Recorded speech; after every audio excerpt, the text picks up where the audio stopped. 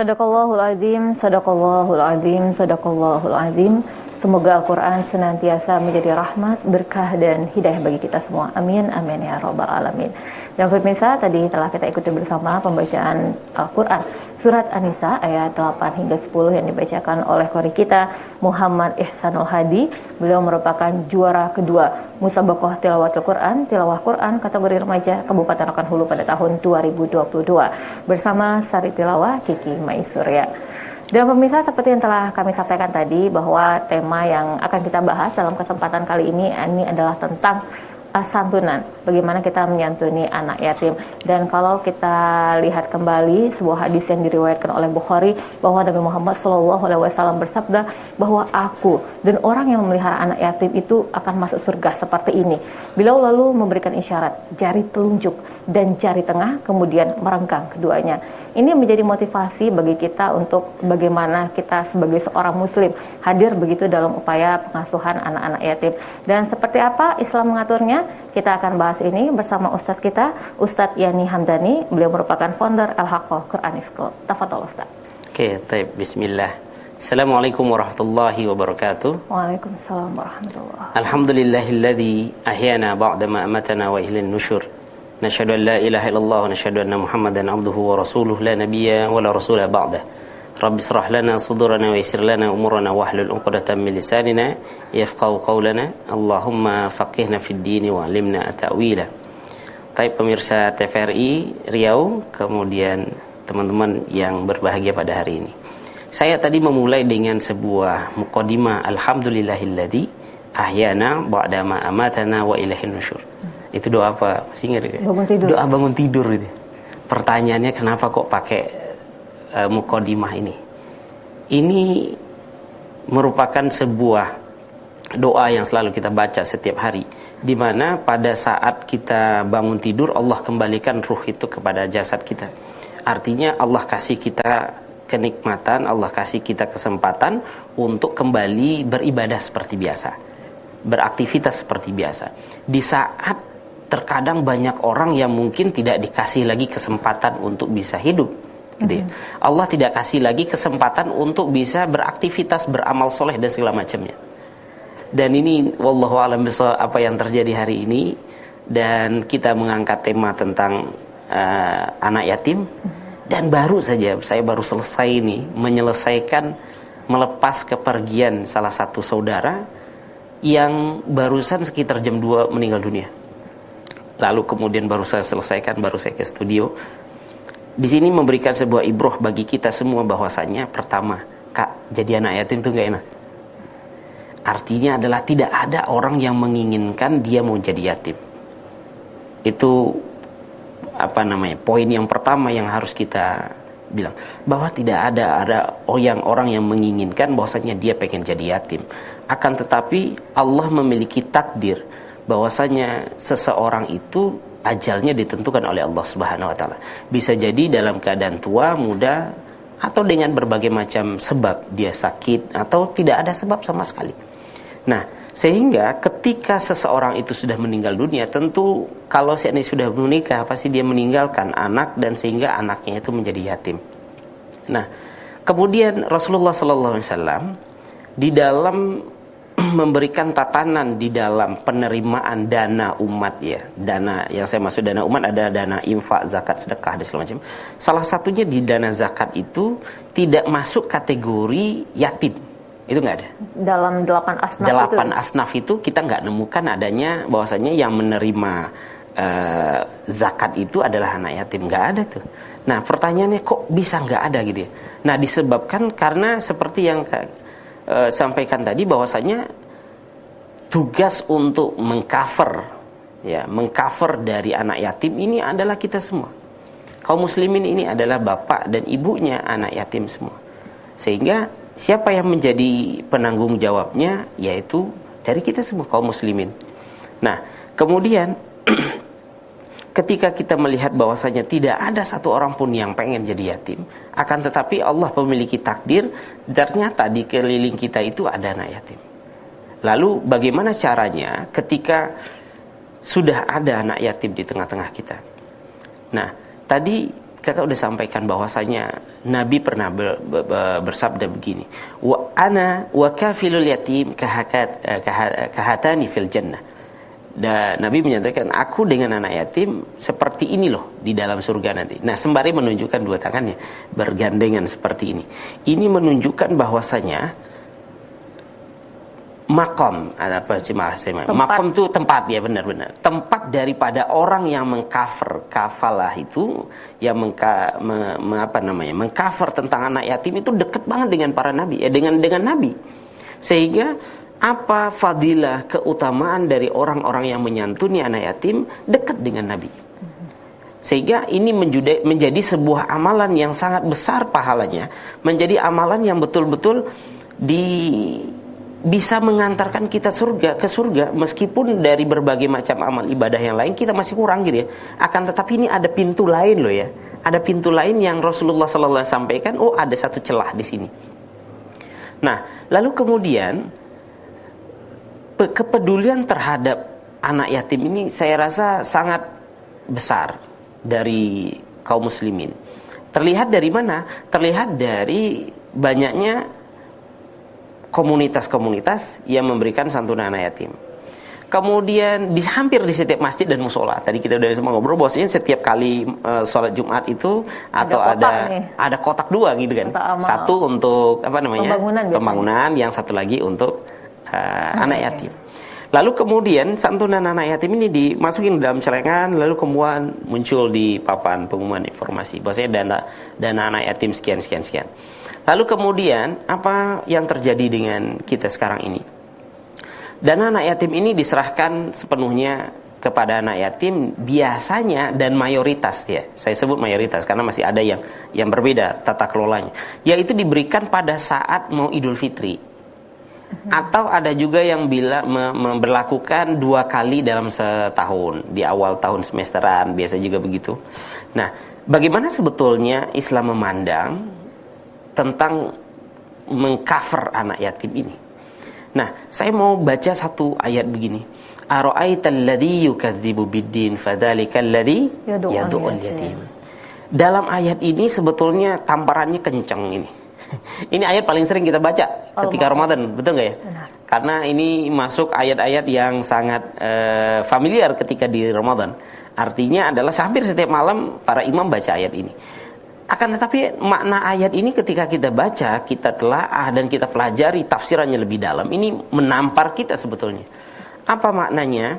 Apakah engkau melihat orang-orang yang mendustakan agama? Nah, Allah menyebut dengan bahasa orang mendustakan agama.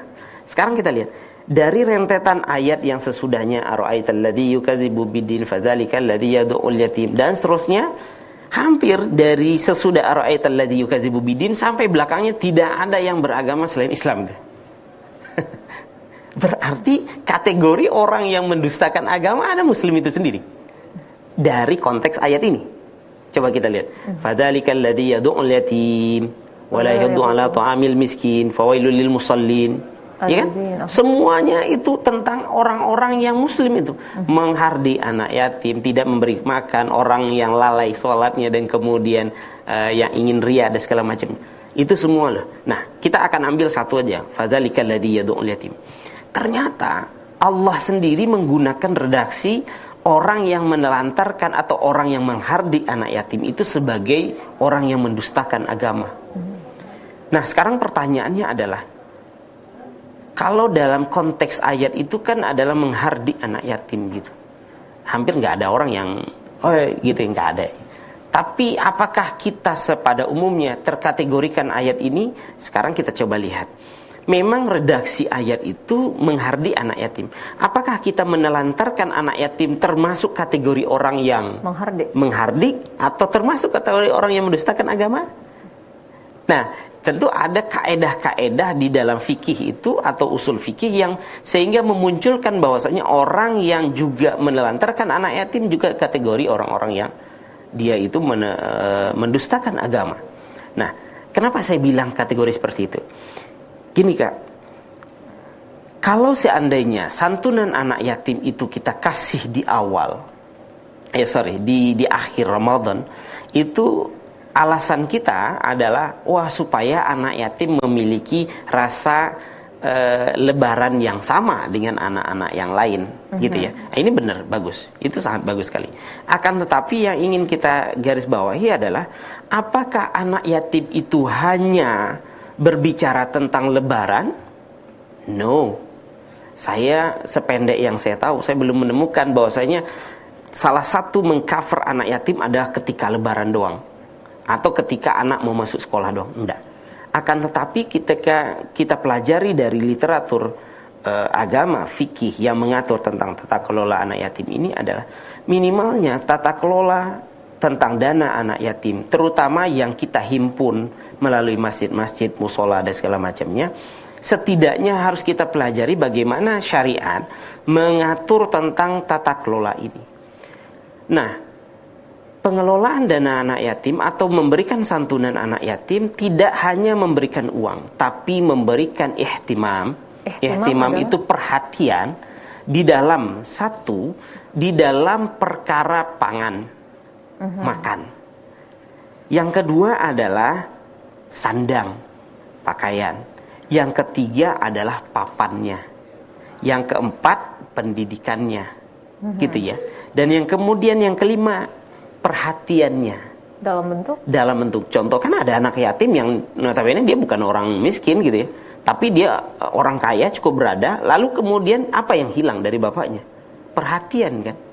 Contoh pada saat dia ulang tahun, pada saat dia wisuda tahfiz, pada saat dia apa, dia menginginkan ada satu sosok orang tua yang hadir menggantikan itu. Siapa yang menggantikan? Ya kita kaum muslimin semua. Ini berasa banget Kak. Kalau seandainya kita nggak memiliki anak yatim di bawah naungan kita ya, di bawah lingkungan keluarga kita nggak pernah merasakan hal itu Kak.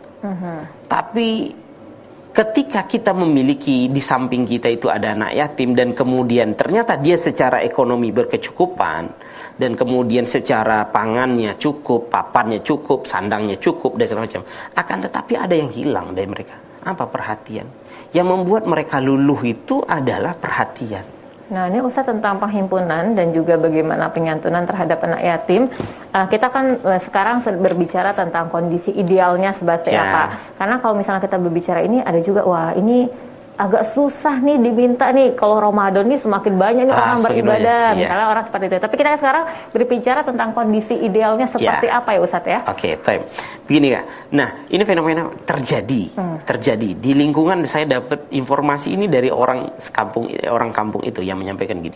Jadi ada cerita ketika pembagian dana anak yatim di akhir Ramadan, itu dilema pengurus itu muncul. Apa itu dilema? Nah, apa dilemanya?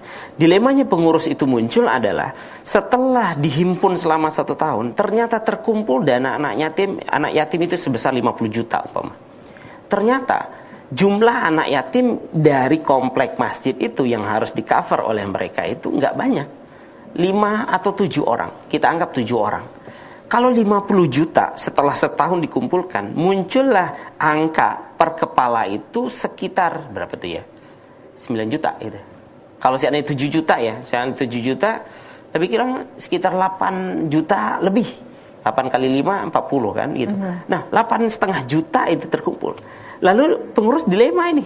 Gimana dilema? Lah, 8,5 juta mau kita bagi di akhir tahun ini. Ntar kalau kita kasih duit langsung, salah guna. Terus kalau seandainya kita kasih, nanti dia beli handphone lah, beli inilah, beli itulah. Akhirnya apa yang terjadi di sebagian ya, saya nggak bilang mengeneralisir masalah. Ini ada yang bilang, yaudah kita bagi sesuai kebutuhannya saja. Berapa? 1 juta, 2 juta. Lalu dana yang lain gimana? Di-keep lagi tuh, ditaruh di saldo lagi. Akhirnya nggak terdistribusikan juga. Ada juga yang berpendapat bahwa yaudah dibagikan karena ini anak mereka. Setelah dibagikan 8.500.000 Kak. Anak yatim itu loh Kak, manusia biasa. Sama kayak kita. Hari-hari biasa dia lihat temannya pakai gadget baru, pakai handphone baru, pakai ini baru. Ketika dia punya duit, manusiawinya dia, kita aja lah, manusiawinya kita pasti pengen juga dong berdunia seperti orang-orang lain. Tidak salah mereka ketika beli handphone baru, beli motor baru dari dana itu, beli baju baru dan segala. Akan tetapi muncul sebuah pandangan di masyarakat, sebagian kecil saya bilang, apa itu? Wah, salah guna dana anak yatim nih.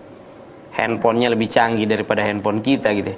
Motornya aja baru, kita aja motor kita lama. Nah, ini menjadi menjadi sebuah masalah baru muncul. Apa itu? Kecemburuan terhadap anak yatim. Lalu kemudian ketika dia beli kendaraan, beli sesuatu yang baru, orang jadi nggak mau lagi, ogah untuk nyumbang.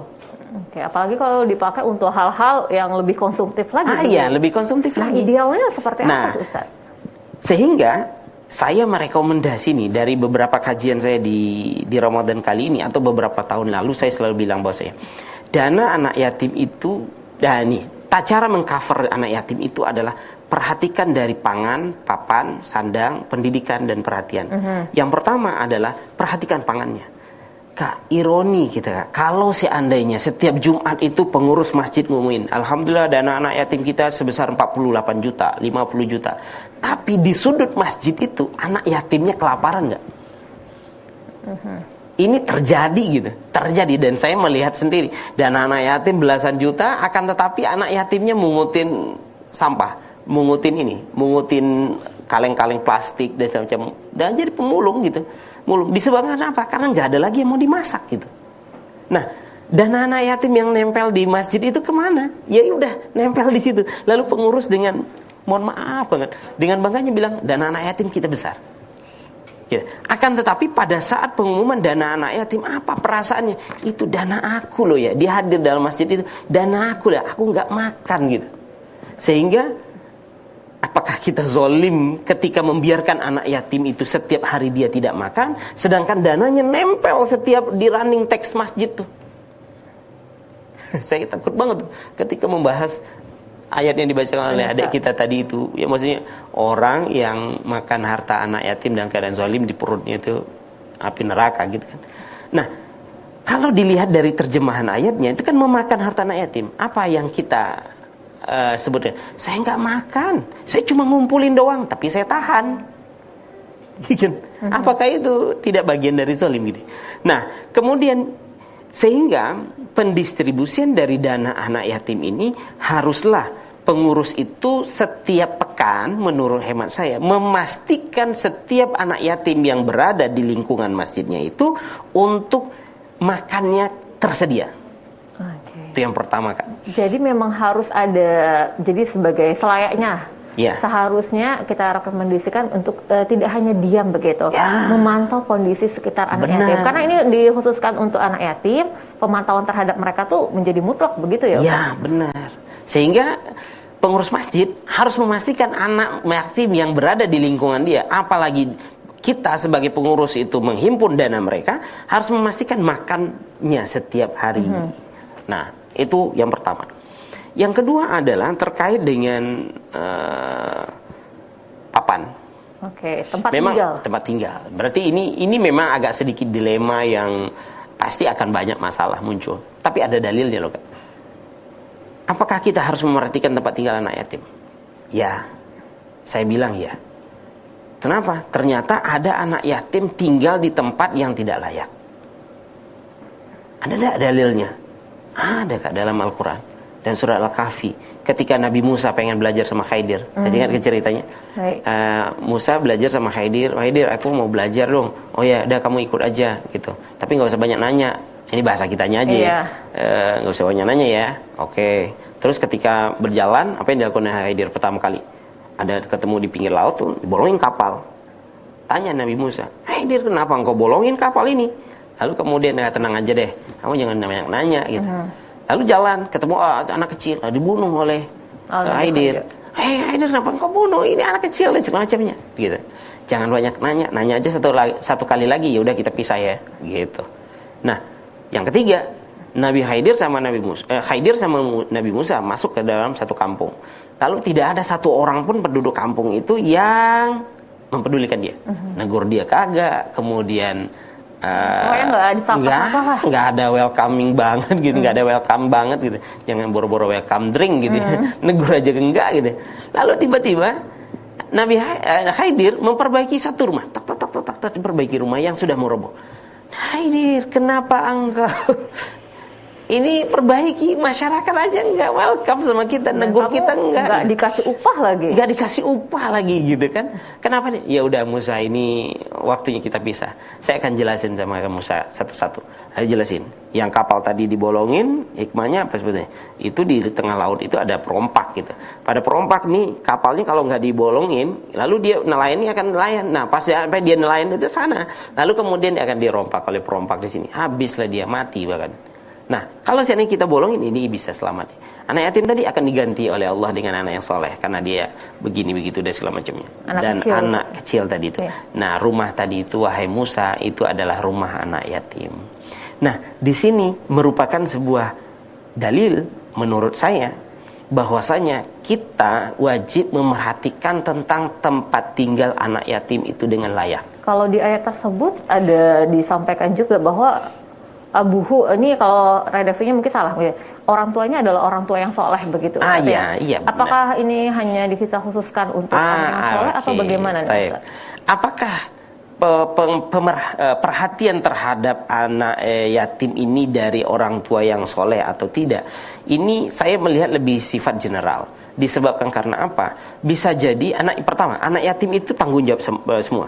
Bisa jadi dengan perhatian yang kita berikan kepada anak yatim itu bisa menjadi sebuah wasilah dakwah untuk dia lebih tertarik begitu. Kalau seandainya kita biarkan, dia semakin jauh pasti. Jadi apakah ini terkhusus bagi muslim? Saya melihat bahwasanya ini meskipun dia maksudnya itu khusus, tapi maknanya adalah umum. Nah, ini terkait dengan itu. Namun pasti sudah ketika ini diterapkan di masjid-masjid atau di lingkungan kita, pasti banyak dilema muncul di kalangan jamaah atau terkait papan ini, Ustaz ya. Terkait dengan papan ini.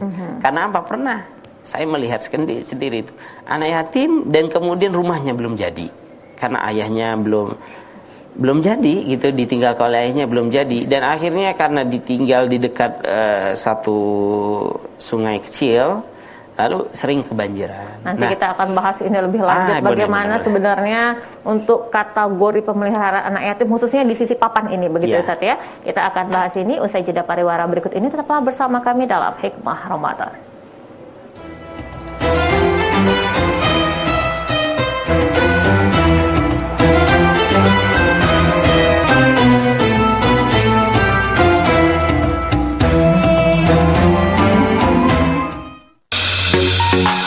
Sobat Digital, kenapa ya harus nonton siaran TV digital? Walaupun sama-sama menggunakan teknologi digital, siaran TV digital tidak sama loh dengan TV streaming yang melalui internet, TV kabel, dan TV satelit. Siaran TV digital adalah bukan TV streaming yang menggunakan kuota internet, bukan TV kabel yang membayar iuran setiap bulannya, dan bukan TV satelit yang menggunakan antena parabola. Siaran TV digital itu gratis loh, masih menggunakan antena UHF biasa. Bila televisi di rumah kamu masih analog, pasangkan set-top box dengan teknologi DVB T2. Yuk beralih nonton siaran televisi digital. Bersih gambarnya, jernih suaranya, canggih teknologinya.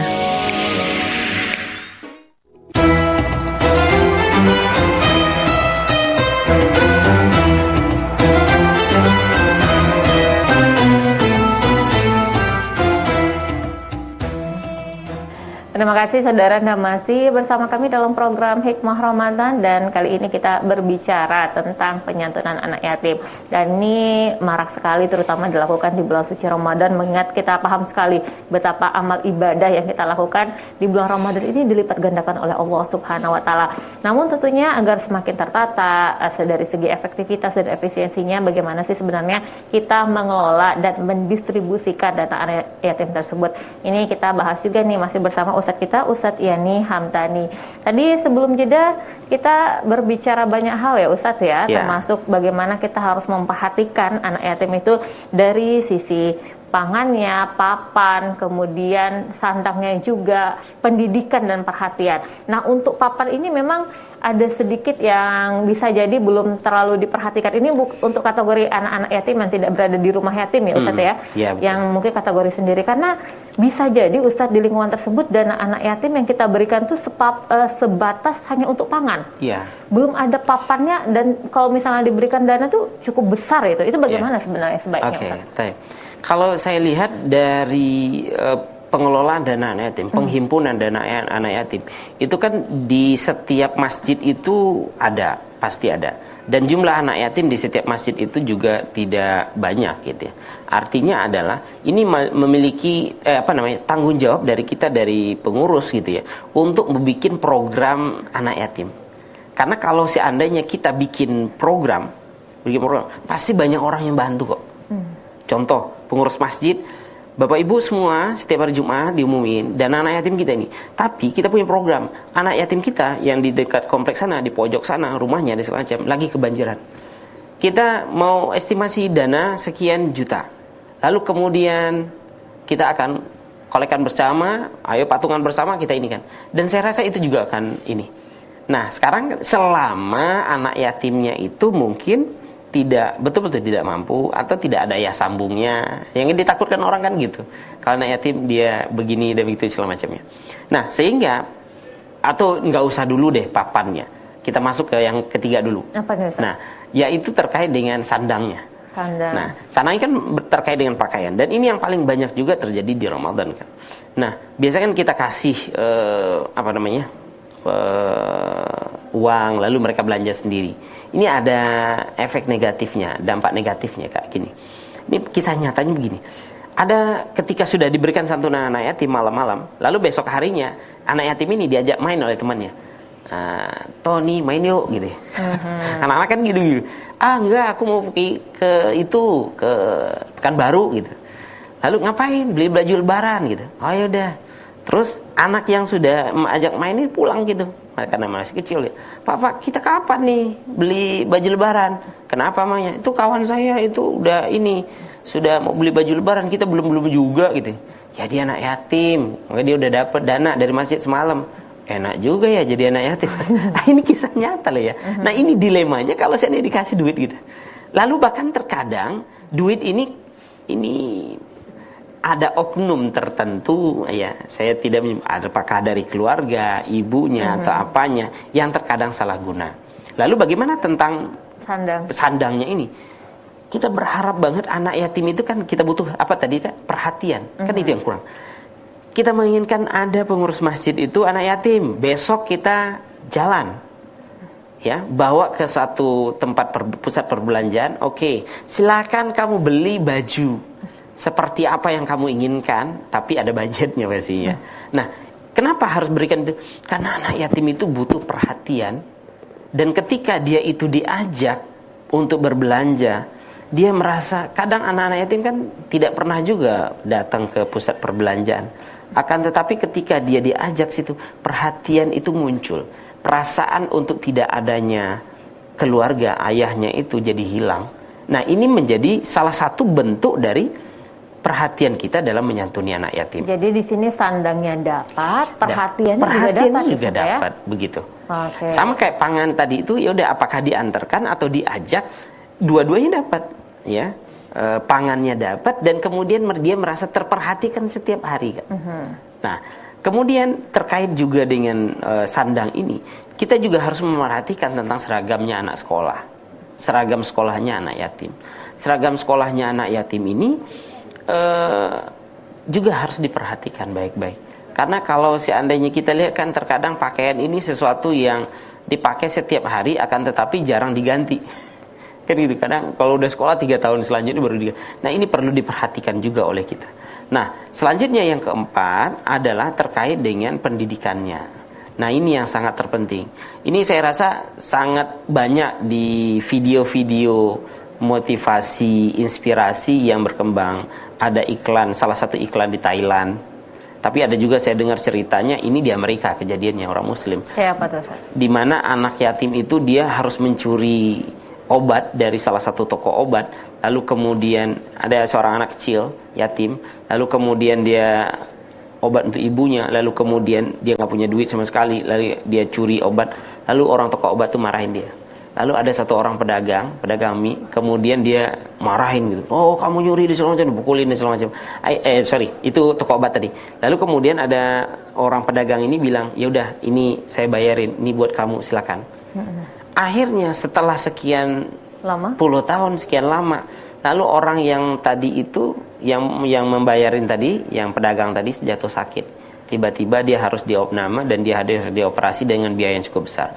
Lalu kemudian datanglah ke surat itu ke meja direkturnya, dia lihat datanya, ternyata yang jadi direktur rumah sakit dan sekaligus dokternya itu adalah anak yatim yang tadi itu. Apa yang dia bilang? 0 rupiah, gitu kan? 0 rupiah. Nah, ini kan menjadikan sebuah perhatian, Kak. Kita juga berharap ketika anak kecil itu, anak yatim diperhatikan, dia akan ingat terus itu. Dan bahkan saya punya teman yang dulunya yatim, dan lalu kemudian waktu kecil sering diperhatikan oleh seseorang, sampai detik ini anak itu udah besar dan juga sudah sukses, dia selalu ingat sama orang ini. Kenapa? Di saat semua orang tidak ada yang memberikan perhatian sama dia, lalu ada sosok orang lain yang memberi perhatian. Apakah pemberian itu besar? Tidak. Tapi ada wujud perhatian yang dia rasakan. Yang gitu lebih ya, besar itu kan perhatiannya. Nah, inilah yang kenapa ketika di Ramadan itu, ketika memberikan, kalau keinginan kita memberikan anak yatim itu pengen berlebaran juga seperti anak yang lain, ya sekaligus dikasih duitnya, atau juga sekaligus kita ajak, sehingga dapat tuh perhatiannya dapat dan kemudian uangnya dapat. Sehingga praduga tentang salah guna dana anak yatim oleh keluarganya itu jadi terminimalisir gitu, sehingga sangka jamaah itu nggak ada lagi. Nah, sehingga ketika ini semua kita lakukan, termasuk dengan pendidikan tadi kan. Nah, ketika di pendidikan ini, sekolah pasti dia memberikan jaminan kepada anak yatim itu untuk gratis, bebas SPP dan segala macam. Tapi kan terkadang tidak semuanya juga di cover oleh sekolah, ya. Kayak kita ada sekolah kita itu ada anak yatim, lalu kemudian kita free kan, lalu kemudian makan kita cover, lalu kemudian di belakang ini tidak ada coveran makan itu, lalu pada saat yang bersamaan itu kan harus makan siang dan segala macam, sehingga ketika ditanya makan siangnya, ini makan siangnya mana bang? Apa jawaban dari abangnya? Umi bagaimana akan mengantarkan lauk, nasi yang akan dimasak, beras yang akan dimasak aja udah nggak ada, sambil difotoin tuh rice cookernya lalu dikirimin. Ini kan menjadi sesuatu hal yang sangat miris sekali. Di saat di papan running text di masjid itu dana anak yatim berapa? Banyak banget. Tapi setiap hari anak yatimnya nggak makan. Yatim yang kelaparan. Nah, kemudian kemarin tuh ada yang viral video seorang syekh lagi khutbah. Beliau menceritakan ini kisah nyata, tapi bagaimanapun juga kini kisah nyata perlu kita cross check pastinya, tapi paling tidak ini bisa jadi inspirasi bagi kita semua. Ada seorang syekh di video itu bercerita begini, bahwasanya ada seorang dai di Maroko, lalu kemudian dia itu bermimpi bertemu dengan Nabi. Malam pertama itu dia mimpi, hai Fulan, tolong cari yang namanya Fulan bin Fulan bin Fulan di Mekah, kasih tahu dia itu ahli surga. Dia terbangun, wah ini mungkin mimpi bunga tidur doang nih ya gitu ya. Lalu kemudian pada malam kedua mimpi yang sama datang lagi, hai Fulan, cari Fulan ini bin Fulan ini, tolong kasih tahu dia ahli surga. Sampai 3 kali berturut-turut. Karena sudah 3 malam berturut-turut ini mimpi ini datang, dan itu mimpi bersama dengan Nabi. Wah ini bukan mimpi sembarangan. Dia berusaha untuk pergi ke Makkah, lalu kemudian dia hubungi para masyayikh di situ, ustadz-ustadz yang di sana ada segala macamnya. Dapatlah ternyata Fulan bin Fulan itu hidup di salah satu kampung yang jauh dari pusat kota Makkah itu. Lalu kemudian dia datangin ke sana, ditanya, apakah anda yang namanya Fulan bin Fulan bin Fulan? Ya, dia bilang begitu. Lalu dijawab, datang kepada saya mimpi Nabi, dan mimpi saya Nabi yang menyatakan kamu itu ahli surga. Wah, gak percaya nih orang. Gak percaya, gimana ceritanya saya jadi ahli surga gitu. Amalan saya mah biasa, sholat saya masih telat juga. Begini saya juga gak ada punya amalan yang spesial. Ditanya lagi, apa amalan spesial kamu? Gak ada gitu. Gak ada gitu. Lalu kalau gak ada, kenapa datang mimpinya? Coba kamu ingat lagi. Ditelusuri. Oh ternyata beliau bilangnya begini. Memang ada satu kejadian 1 tahun yang lalu lebih kurang, dia bilang. Tetangga saya meninggalkan seorang istri, lalu kemudian ada beberapa anak. Lalu kemudian saya berniat dalam diri saya bahwasanya penghasilan saya bagi 2. Setengah untuk saya dan keluarga saya, setengah lagi untuk mengcover anak yatim. Dan itu udahlah saya lakukan. Apa kata orang-orang di situ, syekh-syekh yang di sana? Ya, itu amalanmu yang menyatakan bahwa kamu ahli surga. Sehingga pada saat itu diajaklah dia ke Mekah. Lalu pada saat dia diajak ke Mekah, selesai melaksanakan dia umroh dan segala macamnya, lalu dia diwafatkan oleh Allah Subhanahu Wa Taala.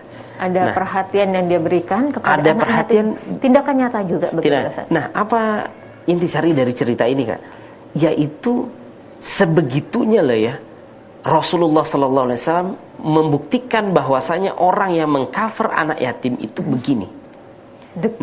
Dekat banget. Dan itu sudah dijanjikan dengan surga. Karena kafilul yatim, kalau dilihat dari ana wa kafilul yatim dalam hadis yang Kak sebutkan tadi di awal, itu adalah bahwasanya orang yang mengcover itu satu pihak. Karena ada juga dalam agama itu namanya takaful. Takaful itu dalam bentuk saling memikul satu sama lain, seperti konsep asuransi gitu kan. Konsep asuransi kan adalah di situ sakit, di sini yang bantuin, di sini yang sakit, di sini yang bantuin. Kan itu namanya takaful, saling membantu satu sama lain, saling memikul. Tapi kalau dalam hadis ini kafil itu satu subjek, satu individu, satu arah yang memberikan santunan anak yatim. Di mana letak santunannya? Yaitu ya udah dari beberapa aspek yang tadi kita sebutkan. Apa tadi? Sandang, papan, pangan, kemudian pendidikan yang terakhir ini. Jangan lupa perhatiannya. Kenapa? Ini yang jauh kurang. Karena banyak anak yatim itu, Kak, sebetulnya dia mampu. Udah memang dia orang kaya gitu ya, karena namanya ajal orang tuanya, dia kaya. Lalu kemudian apa yang kurang dari dia? Perhatian nggak ada, belum ada sosok seorang ayah yang bisa memberikan, bisa jadi seperti itu. Apalagi di momen-momen penting bagi dia. Baik. Ada momen-momen penting bagi dia. Nah, ini semoga jadi pembelajaran juga bagi kita bagaimana kita hadir begitu untuk menyantuni, memelihara anak yatim. Nah, kita juga mengajak pemirsa untuk dapat bergabung bersama kita di sini melalui line interaktif juga bisa terkait dengan tema yang kita bahas dalam kesempatan kali ini. Anda bisa bergabung bersama kami melalui line interaktif yang tertera di layar kaca Anda setelah ini. Namun kita persilakan dulu sepertinya kepada Ihsan ataupun Kiki, ada ingin bertanya terkait tema kita? Oh, Ihsan, silakan Ihsan. Assalamualaikum, izin bertanya Ustaz. Apakah dosa memakan harta anak yatim itu termasuk dosa yang tidak bisa diampuni, Ustaz? Terima kasih. Oke, baik. Kalau berdasarkan dari ayat ya, bahwasanya dosa yang tidak diampuni adalah syirik gitu ya. Itu pasti bisa diampuni oleh Allah Subhanahu Wa Taala. Akan tetapi yang namanya sudah dosa itu udah, kalau sudah ngicicip dosa pasti dicelupin dulu tuh. Itu sampai nggak kuat kita untuk dicelupin bentar aja di dunia, di neraka itu udah. Maka jangan sampai kita merasa menjadi orang yang zolim disebabkan memakan anak yatim. Nah, mungkin saya coba tambahkan dikit begini, Kak, dari pertanyaan dengan ayat yang tadi. Bagaimana sih bentuk memakan harta anak yatim? Kalau seandainya kita pahami secara harfiah, ini ada harta anak yatim, lalu akhirnya kita makan gitu, kita bagi, kita makan, kita ambil jatah kita, itu jelas makna zahirnya. Tapi di dalam fikih itu ada namanya mafhum gitu ya. Mafhum itu ada mafhum, ada mantuk gitu. Apa makna teksnya atau makna yang tersirat di balik itu semua? Apakah begini ya, ini makan harta anak yatim. Tapi kalau seandainya anak yatim itu ada, lalu kita biarin aja terbakar. Kita bakar. Oh, kita nggak makan loh ya. Memang bahasanya makan kan. Tapi kalau ngebakar gimana? Ya sama saja kan. Membiarkan anak yatim terlantar itu padahal dia ada hartanya gimana? Juga sama kan. Sama kan kayak yang dilakukan oleh Khidir dan Musa. Kenapa dia selamatkan itu? Karena dia inginkan harta anak yatim itu terjaga kan. Begitu. Sehingga apakah kita dari dana anak yatim ada lalu kita tahan-tahan, apakah kita termasuk kategori orang yang zolim memakan harta anak yatim? Itu sebetulnya kajiannya panjang. Tapi saya ingin bilang bahwasanya kalaupun itu tidak dianggap, ya jangan sampai kita dianggap orang yang zolim ketika kita menahan harta anak yatim. Anak yatim, walaupun tidak memakan secara langsung, secara definisi begitu ya. Tapi memang dalam kondisi tidak, mungkin bisa jadi tidak di lingkungan kita harap mungkin tempat yang lain itu bagaimanapun juga ada anak yatim yang seharusnya mendapatkan haknya, namun Ya. ditahan, dan bisa jadi itu oleh orang terdekat begitu ya Ustadz ya, karena tidak ada pengasuhan, pemeliharaan, dan ini yang sebenarnya kategori orang yang memakan harta anak yatim. Apa seperti itu Ustadz? Saya nggak berani ngomong seperti itu secara zohir ya, tapi karena memang zohir ayatnya itu memang menyatakan makan harta anak yatim. Akan tetapi ada cara mengambil dalil, cara mengambil hukum itu dari dalil itu ada. Contoh kayak gini Kak, mukul orang tua boleh nggak? Tidak. Boleh nggak? Kenapa nggak boleh tuh? Mana dalilnya? Mic-nya dong. Ufin, kita aja nggak boleh berkata ufin, apalagi melakukan itu kan? itu. Benar kan? Mukul orang tua boleh nggak? Kenapa nggak boleh? Nggak ada dalilnya loh. Karena berkata kasar aja nggak boleh. Oh iya. Apalagi memukul gitu. Gitu, benar. Karena gini, karena kalau seandainya dalam teks itu kita pahami secara tekstual saja, maka akan sedikit hukum itu akan muncul gitu. Contohnya seperti bilang mukul orang tua, nggak ada dalilnya gitu ya. Yang ada kan adalah bagaimana ngomong saja. Nah, maka ada kaedah lain di dalam fikih itu, kalau ngomong saja nggak boleh, apalagi lebih daripada itu, gitu kan? Makan harta anak yatim aja, kenapa? Ada ilat namanya, alasan. Kenapa dikategorikan orang yang makan harta anak yatim itu adalah orang yang zalim? Disebabkan karena anak yatim itu nggak sempat makan kan, nggak bisa makan kan? Bagaimana dengan kita yang menahan harta anak yatim? Dia bisa makan enggak? Tidak bisa. Nah, saya nggak mau menyimpulkan itu. Bisa jadi dia tidak bisa karena bisa jadi nggak otomatis kan. Ternyata kenyataannya tadi itu papan informasinya dananya puluhan juta, anak yatimnya nggak makan. Kan gitu kan? Ini yang dana yang terkumpul ini dana siapa? Dana dia dong ya. Nah, apalagi ini kalau seandainya terjadi lah ya, ada lagi bangun masjid atau bangun musola, dana anak yatim besar, dana pembangunan kecil. Ya karena dibagikan sekali setahun, kita pakai dulu boleh nggak? Itu nggak boleh Kak. Jangan karena sampai orang yang memberikan infak dengan tujuan untuk diberikan kepada anak yatim. Iya, ini kita malah nahan.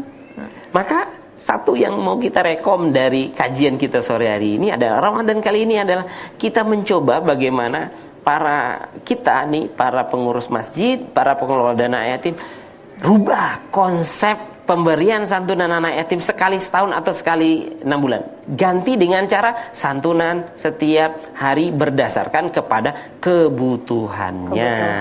Ada effort lebih begitu. Ada effort lebih. Namun kalau misalnya kita mencoba melihat demi kemaslahatan anak yatim, ya sudah selayaknya kita seperti itu. Ya. Ustadz, ini sudah menit ke-53, Iya, sudah hampir di penghujung acara, tapi sepertinya Kiki ada yang ingin ditanyakan. Dia udah boleh? pegang mic. Ini nggak boleh, jawabannya nggak boleh panjang-panjang ini seperti. Silakan Kiki. Terima kasih Ustadz kesempatannya, Masya Allah di penghujung waktu. Ustadz, ini saya sedikit penasaran Ustadz, apakah orang yang sudah dewasa dan dia sudah berkeluarga Ustadz, tapi dia tidak punya ayah, ini tergolong anak yatim atau tidak Ustadz? Nah, benar tuh Ustadz. Nah, itu pertanyaannya menarik sekali. Sampai kapan batasan daripada anak yatim?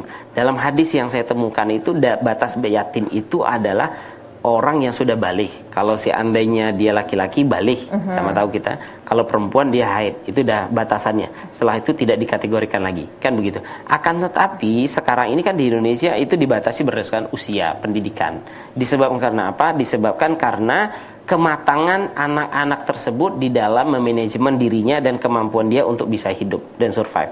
Sehingga batasan usia di Indonesia rata-rata sekarang ini menggunakan usia SMA. Kalau udah lebih dari SMA itu sudah tidak dikategorikan anak yatim lagi kalau pemahaman di Indonesia, tidak disantuni lagi. Lalu bagaimana dia dengan anak yang ayah saya udah meninggal, Allah marham. Nah, kemudian apakah saya dikategorikan? Ya anak yatim gitu ya. Karena pemahaman yatim secara bahasa itu adalah orang yang mati atau orang yang meninggal, ayahnya. Nah, sekarang itu menjadi dilema juga, apakah batasan usia itu? Karena kalau seandainya di SMA itu dia juga belum mampu untuk bisa berdiri sendiri dan segala macamnya, apakah itu bisa disantuni juga? Nah, kalau di Indonesia rata-rata itu disantuni. Kalau saya melihatnya memang batasnya adalah bagaimana anak itu bisa survive, bagaimana dia bisa memanage dirinya sendiri, bagaimana cara dia itu untuk bisa bisa untuk bisa hidup gitu ya. Nah, kemudian dilemanya lagi begini Kak, yang setahun sekali itu adalah itu biasanya dipukul rata. baik di anak SMP, SMA, SD. Ya, anak yatim yang kaya, anak yatim yang biasa, anak yatim yang miskin, itu biasanya rata. Nah, makna adil itu adalah sama kayak kita, adik kakak saudara. Apakah orang tua kita waktu SMA ada memberikan kita uang jajannya sama? Enggak dong ya. Tapi berdasarkan kepada kebutuhan. Nah, akan tetapi dilema yang muncul ketika pembagian di setahun sekali, dan itu adalah pemerataan secara jumlah. Padahal kebutuhannya beda-beda masing-masing. Nah, inilah kenapa direkomendasikan yang pertama, pengurus masjid memiliki database tentang anak yatim, memiliki tentang kebutuhan anak yatim ya daily, monthly, dan kemudian ada terkait dengan pendidikannya berapa, kapan perlu mereka yang datang ke sekolahnya membayarkan itu dan segala macam. Nah, ini Ustaz, kajian kita ini bisa panjang, apalagi ini bisa kita masukkan dalam satu kategori manajemen masjid begitu ya Ustaz ya. Benar, karena sumbernya di masjid juga. Sumbernya di masjid. Tentang kehidupan sosial. Kalau kita bisa lihat masjid juga memiliki peran penting. Semoga nanti dalam kesempatan lainnya kita bisa berbicara ini begitu ya Ustadz. Namun ini sudah di penghujung acara. Kami minta Ustadz menyimpulkan begitu Ustadz terkait dengan tema kita kali ini. Tafadhol Ustadz. Bismillah. Yang pertama, pemirsa TVRI Riau dimanapun Anda berada dan bagi kita semua yang mendengarkannya, pertama yang ingin saya sampaikan adalah tidak ada orang yang ingin jadi yatim. Akan tetapi takdir Allah lah yang menyebabkan kita menjadi yatim.